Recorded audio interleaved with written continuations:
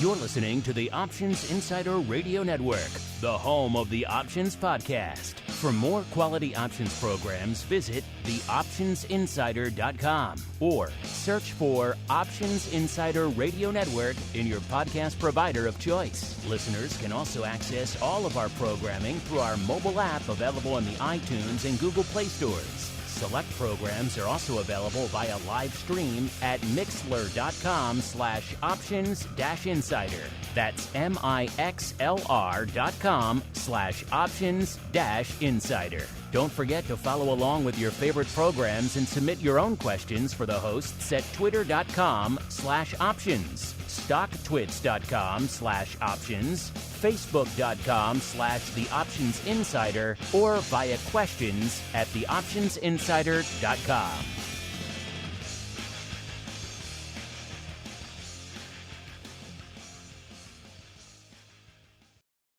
Gold, crude oil, corn, soybeans, and more.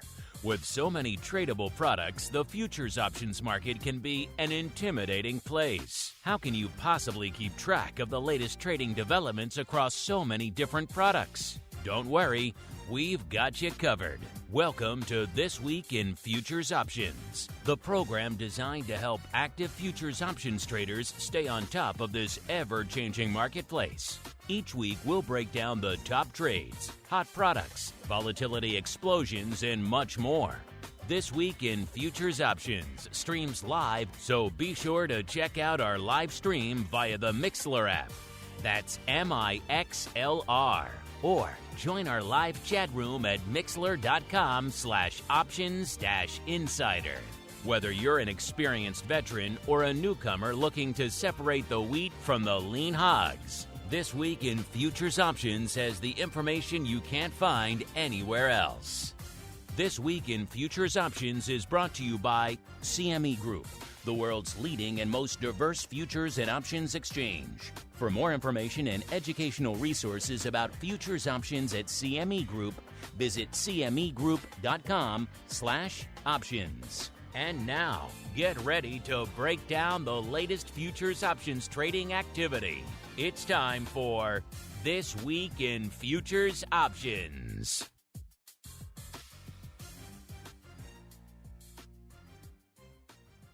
All right, everybody, that music means we are back.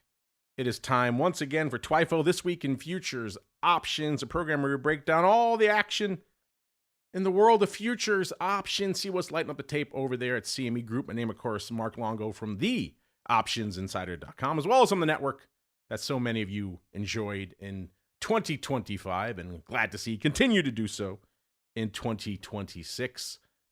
19 years on the air as of this January, so wild stuff out there. A lot of wild stuff in the markets as well, so make sure you're checking out the full network, including the sister program to this one, the Futures Rundown, which we just recorded earlier today if you want to check out all the stuff going on in the world of futures and indeed futures options. And of course, if you like a little vol sprinkled in there, you like to have, let's say, your questions answered. Maybe you like a little bit of unusual activity. Maybe you want to get it all early via live streams. You want to engage with some other cool folks. Then theoptionsinsider.com/pro is the place to go to learn more.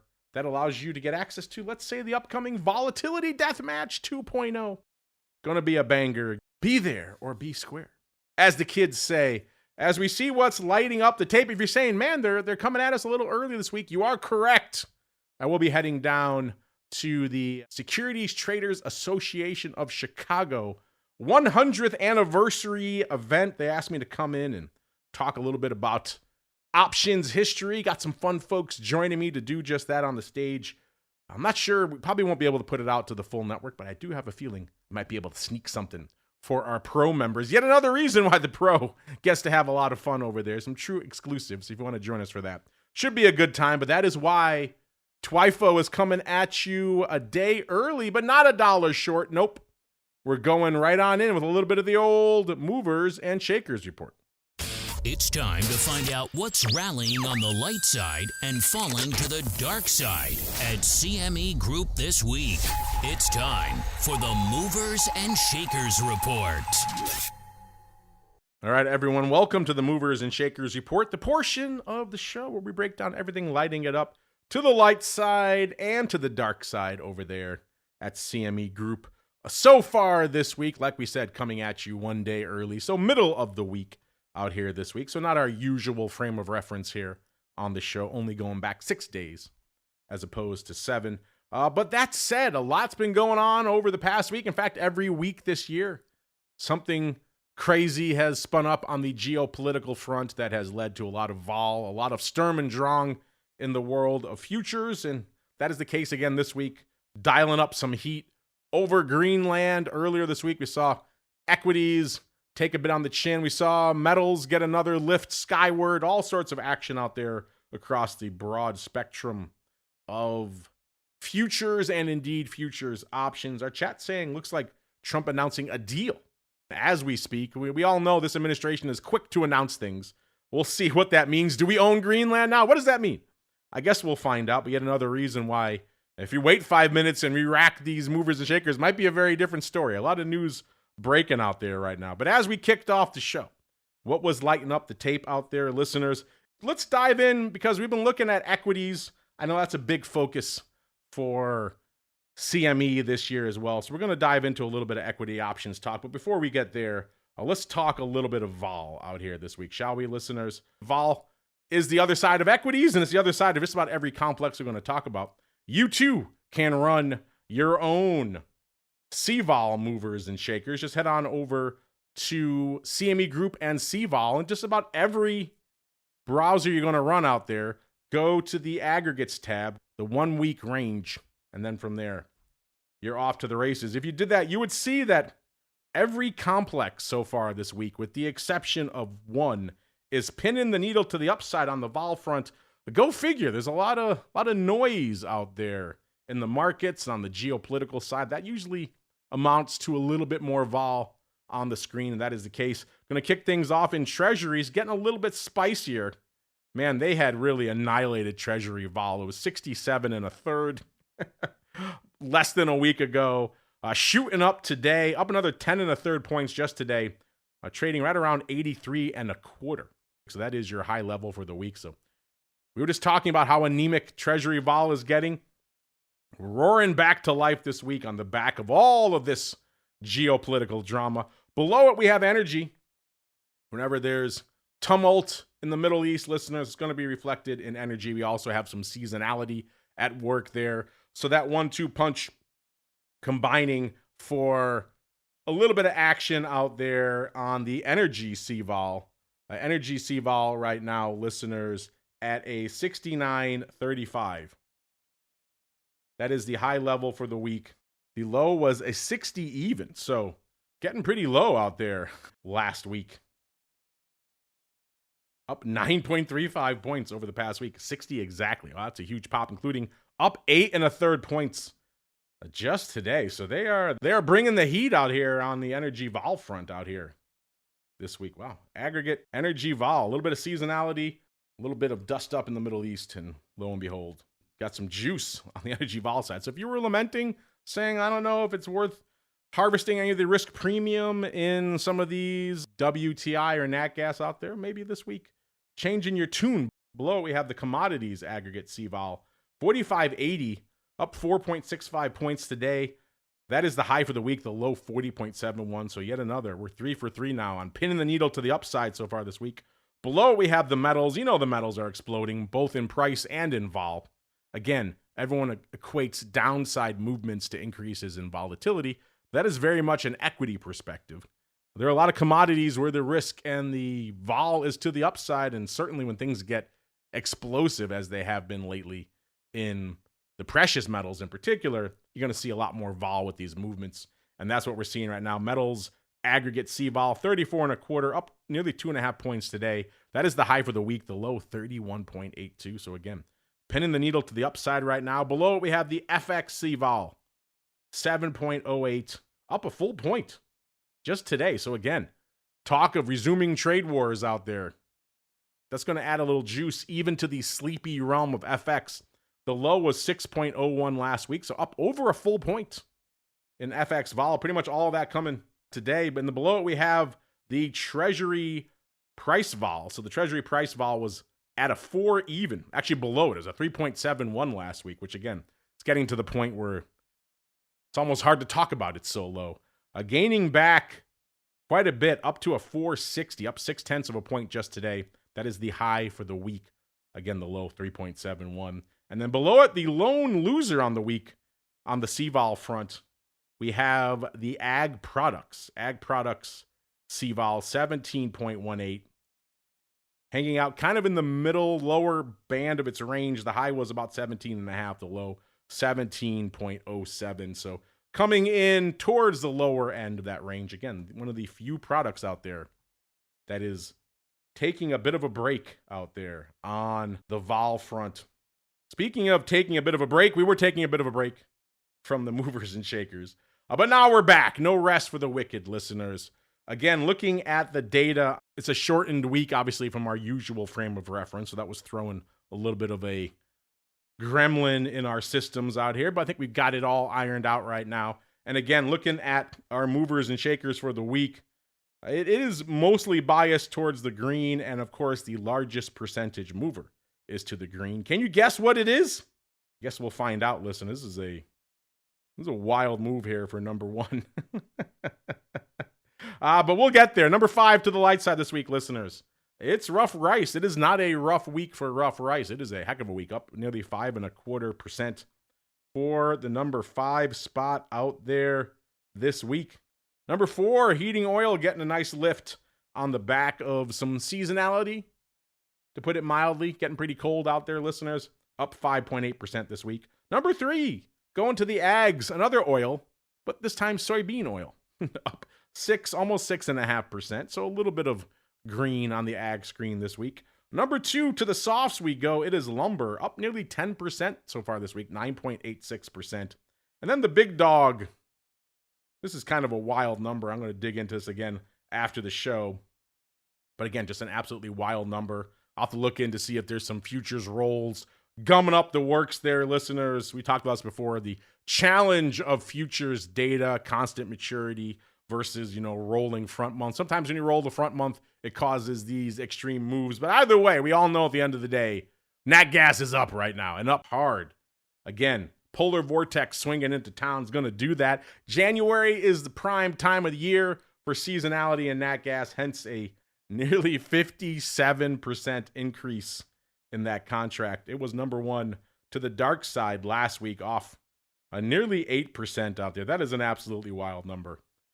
But we all know nat gas looking a lot spicier out there this week than it did last week. To the downside we go, listeners. Number 5, it's WTI. Taking a bit of a hiatus this week after getting juicier on the back of all the turmoil in the Middle East. WTI coming in number 5 this week, off 2.25%. Number 4, to Japanese equities we go. It is the Nikkei, the yen-denominated Nikkei, taking a hiatus this week as well, off 3.5%. Number 3, to copper we go. So not getting precious anymore. We're getting base. Copper off 4.63%. Number 2, it's palladium. So the precious taking a bit of a break. Not everything's going straight up on the shiny stuff, listeners. Palladium coming in number 2, off 6.27%. Again, this is a shortened frame of reference from our usual frame of reference on the show as well. So leading to some more, shall we say, extreme numbers over the short period of time. Number 2, like we said, palladium. And then the number 1 dark side mover this week, again, not going to be welcome news to the hodlers out there. It is Bitcoin, off a little over 8% since our show last week. Number 5 in the other direction the week before that, though, up 5.29%. So looked like maybe the turnaround was in for a little bit. In fact, Rich Excel on the show last week was talking good game about the upside potential for ETH and Bitcoin and Solana to a degree. I'm not feeling that this week, off 8.04%. But we were talking equities earlier. We have to check out what's going on out there, listeners. So to the equities we go. It's time to explore the volatility swings, skew changes, and hot options trades in your favorite indices. It's time to talk equities. All right, everybody. To the equities we go, listeners.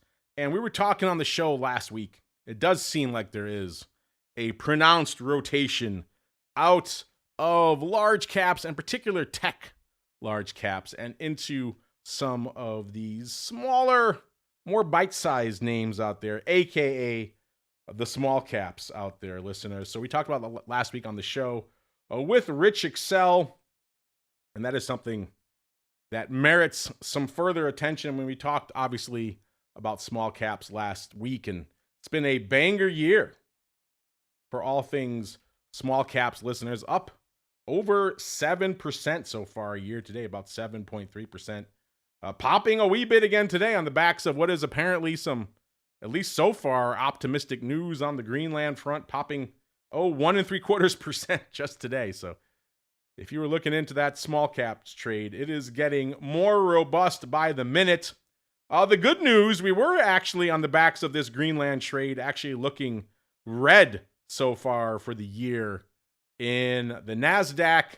It seems, at least for right now, with this almost straight upward shot we're seeing out there in the Nasdaq today, actually up about 1.6% today, that has turned us green so far for the year, if ever so slightly, about 0.75%. So again, there has been a heavy rotation out of the Nasdaq and into the small caps. Let's see if we can see that reflected in some of the options flow out there, shall we? Again, head over to our drop-down cmegroup.com/TWIFO, TWIFO.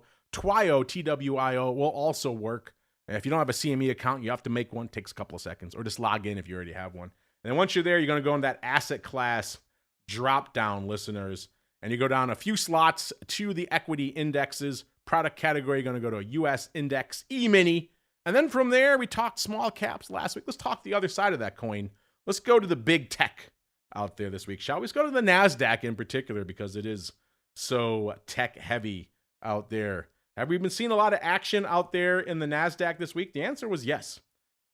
Exactly how much paper are we seeing out there, listeners? Again, we're talking a shortened week already. We're coming at you one day earlier than we normally would be beaming at you, and we're already seeing a fair amount of paper, nearly 160,000 contracts on the tape, including a good chunk today, as we're seeing this wild rebound out there in the equities and the total shellacking of equity vol out there today. So again, 160,000 contracts on the tape already, as is customary in the equities, especially day like today. We're seeing large intraday swings. We're going to see a lot of action in the 0-day contract, and that is the case. The contract going out in a few minutes has 43% of the flow so far this week. If you're wondering, we're hanging out a little bit shy of 25,600 in that future coming into the start of the show here. It was the 25,300s that were lighting up the tape out there on the 0-day front, trading over 3,000 times today, 3,100 times. So hopefully you were buying those today, listeners, on the back of this news, because if you did, what's a few hundred handles in your back pocket amongst friends out there? It's a good day for you if you're out there loading up on these 0 DTE contracts. If you were selling those, maybe feeling a little bit of that Greenland fade out there, might look a little bit rough out there for you today. But again, that is the hot 0-day contract in the Nasdaq. You know, it's not all upside though. Looks like the 25,100 puts also changing hands quite a few times this week. About 23, almost 2,400 times this week, including 1,600 of those today. So again, if you were feeling a little bit of that downside earlier in the session, you thought maybe this Greenland thing was going to really exacerbate tensions, are going to hit the equities, increase vol. Maybe you were scooping those, in which case, not the best of dues, as the kids say out there. But then again, if you sold those, might have had to sweat a little bit earlier this week, but you're looking pretty good right now. But the interesting thing, one of the things I wanted to note out here in the Nasdaq this week, again, not a product we have a chance to sink our teeth into that often. There's always that 0-day flow that you're going to see day in, day out. But if you roll on down the term structure a little bit, which you can do in our TWIFO reports, listeners, you'll see there's also some activity going out to March right now. In fact, about 60 days to go, 58 to be precise. What is the vol in the March Nasdaq, you might be asking? It's about a 19, almost exactly, up about half a point today. So again, getting some of that vol back.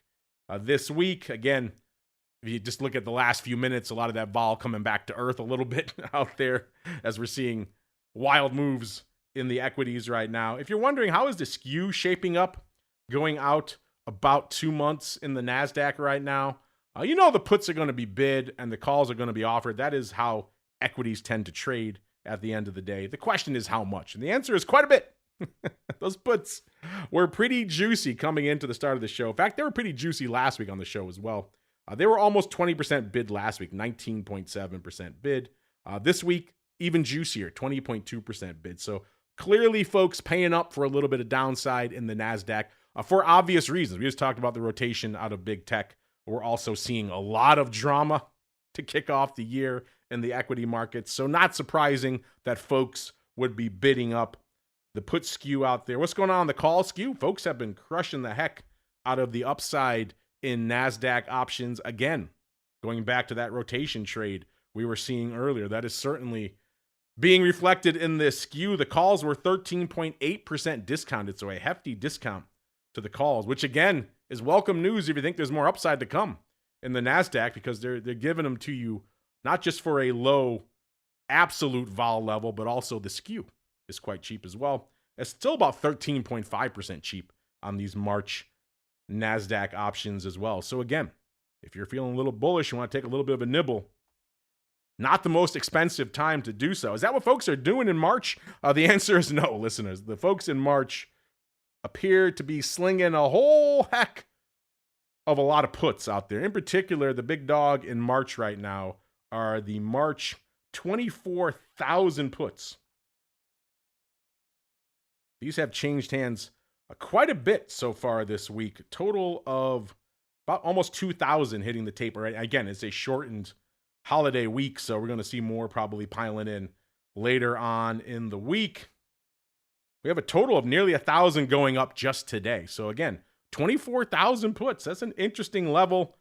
That bit of a bridge too far. You got 60 days to get there. So if you're buying these, you are getting some duration out there. By the way, if you're wondering, what is a March 24,000, these are wild strikes, put go for in the Nasdaq right now with about 60 days to go? It's a little over $400. They were trading for 407 and a half earlier this morning out there listening. So again, if you're buying these, that gets back to that extremely elevated put wing. You're not getting a deal. You're paying for these. So it's up to you whether you think $400+ for the 24,000 put is worth it, or if you think that's perhaps a bit of a bridge too far. Maybe you want to buy that, sell something else against it to try to mitigate some of that outlay. Maybe you think, hey, that's free money. I'm going to sell that. I could wear that risk for a couple of months. At the end of the day, $400 in my pocket doesn't sound like the worst thing. That could be what a lot of folks are doing out there as well. By the way, this was all opening paper, if you're wondering out there. We also saw some action on the 22,000 and 23,000 puts. Doesn't quite line up like a fly or some sort of vertical or maybe a ladder out there as well. It does seem like they were going up as independent trades, which is kind of interesting. If you are curious, the 23,000 puts going up for $239.41 on the 22,000 puts, 159 3/4. That gives you some frame of reference for how those were lining up earlier in the session. Worth noting, it's not all downside. There is a little bit of upside filtering in out there right now, including the 27,000 calls. They traded mostly yesterday, actually, about almost 1,000 times yesterday. Only about 66 going up today. So interesting on a day when the Nasdaq is rebounding pretty aggressively. We're not seeing as many people piling in to the March upside. I guess they're all piling into the 0 day right now. So yesterday, a more active day on the March upside than we're seeing out there today. Again, it is all puts all the time. I don't have prices on the 27,000. The 26,700 calls, though, we're trading a little bit this week and are trading today. And those are a little bit closer to the fire, obviously. And those are trading for $222.35 right now, if you want a little bit of frame of reference of what's going on out there in the upside. So again, a lot of 0 day action in the equities as we expect. But if we're looking for broader trends out there, you have to go a little bit farther out. And we are seeing some interesting action out there in the March downside with 60 days to go in the Nasdaq. You like that, or would you be a seller of those puts? Hit us up. Let us know.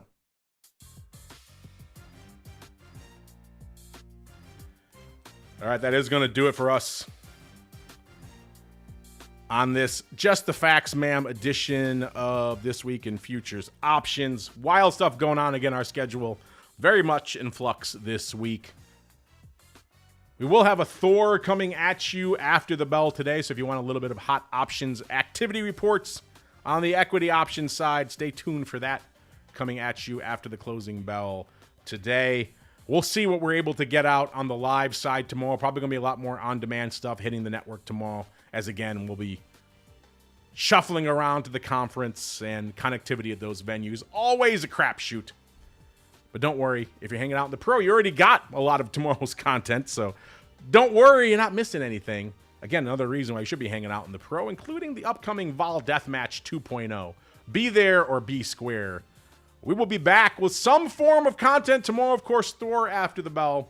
And then, of course, back with some form of content in some way, shape, or form tomorrow. We'll see what we can get out to you. And, of course, back on Friday to talk all things vol with Dr. Vix and other crazy guests. And guess what? There's a lot of equity vol to be talked about this week. So if you like equity options, you like equity vol, you should be listening to Vol Views. Yet another reason why you should be tuning into the full network. And then back again next Thursday, our normal bat time and our normal bat channel. Another episode of This Week in Futures Options. Stay safe out there, everybody. Gold, crude oil, corn, soybeans, and more. With so many tradable products, the futures options market can be an intimidating place. How can you possibly keep track of the latest trading developments across so many different products? Don't worry. We've got you covered. Welcome to This Week in Futures Options, the program designed to help active futures options traders stay on top of this ever-changing marketplace. Each week, we'll break down the top trades, hot products, volatility explosions, and much more. This Week in Futures Options streams live, so be sure to check out our live stream via the Mixlr app. That's MIXLR. Or join our live chat room at mixlr.com/options-insider. Whether you're an experienced veteran or a newcomer looking to separate the wheat from the lean hogs, This Week in Futures Options has the information you can't find anywhere else. This Week in Futures Options is brought to you by CME Group, the world's leading and most diverse futures and options exchange. For more information and educational resources about futures options at CME Group, visit cmegroup.com/options. And now, get ready to break down the latest futures options trading activity. It's time for This Week in Futures Options.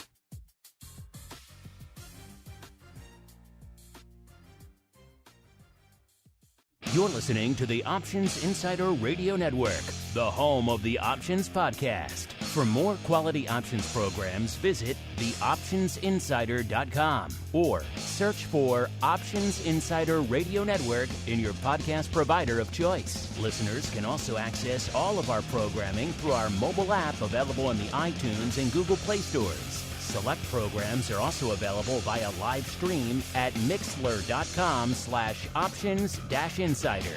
That's mixlr.com/options-insider. Don't forget to follow along with your favorite programs and submit your own questions for the hosts at twitter.com/options, stocktwits.com/options, facebook.com/theoptionsinsider, or via questions at theoptionsinsider.com.